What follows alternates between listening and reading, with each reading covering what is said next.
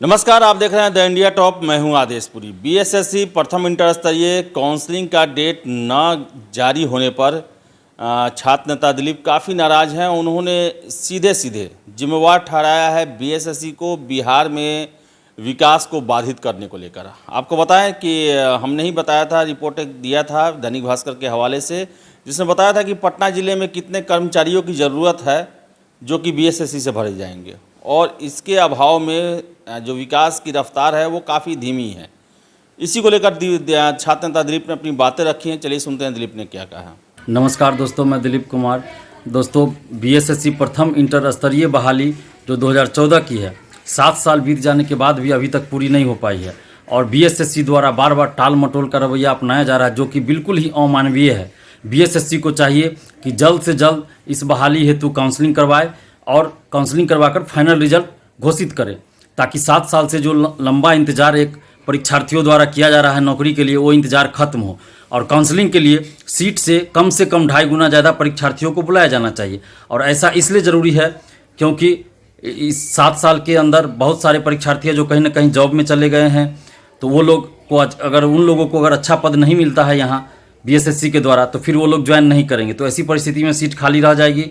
और दूसरी तरफ 2016 में जब दोबारा फॉर्म भरने के लिए लिंक ओपन किया गया था पटना हाईकोर्ट के आदेश पे, तो उसमें जिन लोगों के लिए यह ओपन किया गया था उन लोगों ने तो अप्लाई किया ही था। इसके साथ ही हज़ारों ऐसे लोग थे जो फॉर्म भरने के लिए योग्य नहीं थे, लेकिन उन लोगों ने फॉर्म भर दिया और पीटी मेंस पास करके यहाँ तक भी आ चुके हैं। तो ऐसे लोग या तो काउंसलिंग में जाएंगे ही नहीं, या काउंसलिंग में जाएंगे भी तो काउंसलिंग से बाहर हो जाएंगे। काउंसलिंग के बाद उनको बाहर कर दिया जाएगा, चूँकि वो फॉर्म भरने के लिए योग्य ही नहीं थे। तो ऐसी परिस्थिति में उनका सिलेक्शन होगा ही नहीं। तो इस दोनों परिस्थितियों के कारण सीट खाली रह जाएगी। तो इसलिए यह आवश्यक है कि सीट से 2.5 गुना ज़्यादा परीक्षार्थियों को काउंसलिंग के लिए बुलाया जाए, ताकि एक भी सीट खाली न रहे।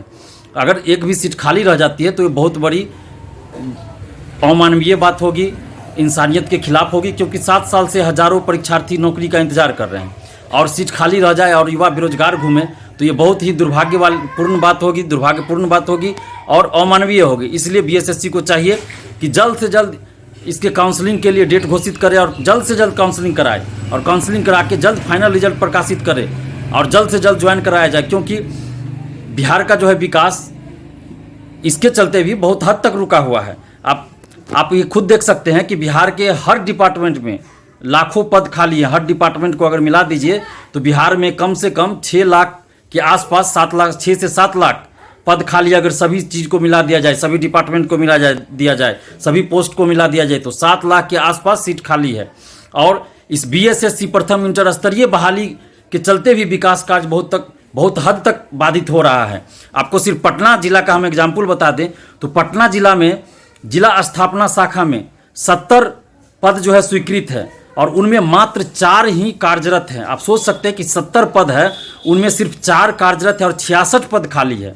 अब आप सोचिए कि कहीं भी 70 में से अगर 66 पद खाली है तो कैसे काम हो रहा होगा। उसी तरह समूह घ के अंतर्गत कार्यालय परिचारी का जो पद है उसमें 481 पद स्वीकृत है पटना जिला में, और उसमें 335 पद खाली है। आप सोचिए 481 में 335 पद खाली ही है, यानी कि सिर्फ 146 कार्यरत है।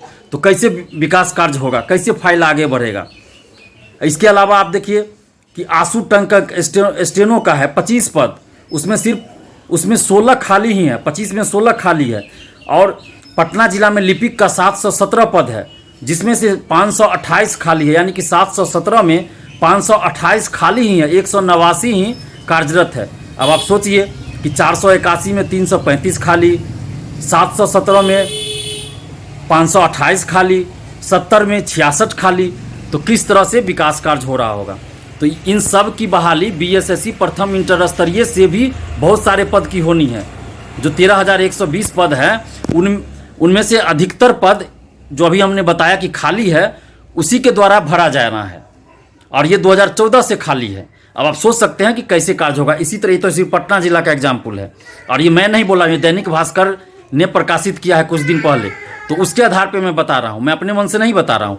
और अभी पटना जिला का सिर्फ यह हाल है, और पूरे बिहार का आप देखिएगा तो कितनी जो है दुर्गति होगी। आप सोच सकते हैं कि जब पटना राजधानी है वहाँ की ये परिस्थिति है कि वहाँ इतने सीट खाली हैं, तो बाकी जिला का क्या हाल होगा। तो आप सोचिए कि किस तरह विकास कार्य हो रहा है। सचिवालय में 60% से ज़्यादा सीट खाली है, फिर भी वैकेंसी नहीं निकाली जा रही। 2014 के बाद वैकेंसी नहीं आई है।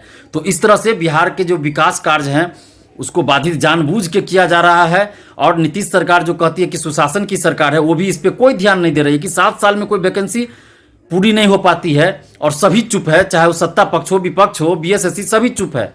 आखिर इस पे किसी की नज़र क्यों नहीं जा रही, कोई इसके लिए क्यों नहीं बोल रहा है, कोई आवाज़ क्यों नहीं उठा रहा है। और मुख्यमंत्री जो बार बार कह रहे हैं कि हम इतना 1000 पद पे बहाली करेंगे, ये करेंगे, वो करेंगे, तो पहले इस बहाली को क्लियर क्यों नहीं कर रहे। जो 7 साल से लंबित है, 7 साल में एक बहाली पूरी नहीं हो पा रही है और 13,120 पद है इसमें। आप सोच सकते हैं कि 13,120 कितना बड़ा पद है, कितना ज़्यादा है। उसके बाद भी इस पर कोई ध्यान नहीं दिया जा रहा है और लेट लतीफ़ी, जानबूझ के लेट लतीफ़ी किया जा रहा है।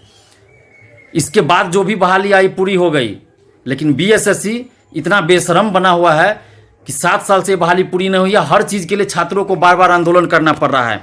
अब पीटी एग्जाम के लिए आंदोलन करना पड़ा, मुख्य परीक्षा के लिए आंदोलन करना पड़ा, फिर पीटी रिजल्ट के लिए आंदोलन, मेंस के लिए रिजल्ट के लिए आंदोलन, टाइपिंग के लिए आंदोलन, फिजिकल के लिए आंदोलन, अभी अब काउंसलिंग के लिए भी आंदोलन करना पड़ रहा है छात्रों को। तो बीएसएससी को सोचना चाहिए कि अगर उनको नोबेल प्राइज़ लेना है लेट लतीफ़ी के लिए तो ठीक है, कोई बात नहीं, लेकिन अगर नोबेल प्राइज़ नहीं लेना है लेट लतीफ़ी के लिए तो जल्द से जल्द इस बहाली को पूरा कीजिए। अन्यथा जो छात्रों का आक्रोश है वो ज्वालामुखी का रूप ले लेगा और जिस दिन विस्फोट करेगा उस दिन बीएसएससी के सचिव और अध्यक्ष का वही हाल होगा जो परमेश्वर राम और सुधीर कुमार का हुआ था, इससे जो पूर्व अध्यक्ष और सचिव थे। तो आप लोग को अगर परमेश्वर राम और सुधीर राम जैसा हाल नहीं करवाना है तो इस बहाली को जल्द पूरा कीजिए, वरना छात्रों का आक्रोश किसी दिन ज्वालामुखी का रूप ले लेगा तो फिर आप लोगों के लिए मुश्किल हो जाएगा। इसलिए हम पुनः आग्रह कर रहे हैं बीएसएससी के सचिव और अध्यक्ष महोदय से कि इस बहाली के लिए जल्द से जल्द काउंसलिंग का डेट घोषित कीजिए और जल्द से जल्द काउंसलिंग करवाइए और काउंसलिंग करवाने के बाद जल्द से जल्द इसका फाइनल रिजल्ट आप प्रकाशित कीजिए। अन्यथा फिर छात्रों के आक्रोश को झेलने के लिए आप तैयार रहिए। धन्यवाद, जय हिंद। तो जैसा कि आपने सुना कि दिलीप का साफ कहना है कि बीएसएससी के ही लेट लतीफ़ी के कारण बिहार का विकास प्रभावित है और पटना ज़िले में जब इतने कर्मचारियों की कमी है तो आप समझ सकते हैं कि बिहार के बाकी 37 ज़िलों में क्या स्थिति होगी और क्यों बिहार जो है वो विकास के रास्ते पर तेज़ी से आगे नहीं बढ़ पाता है। वीडियो पसंद आए लाइक शेयर करें, हमारे चैनल द इंडिया टॉप को सब्सक्राइब कर लें। बहुत बहुत धन्यवाद।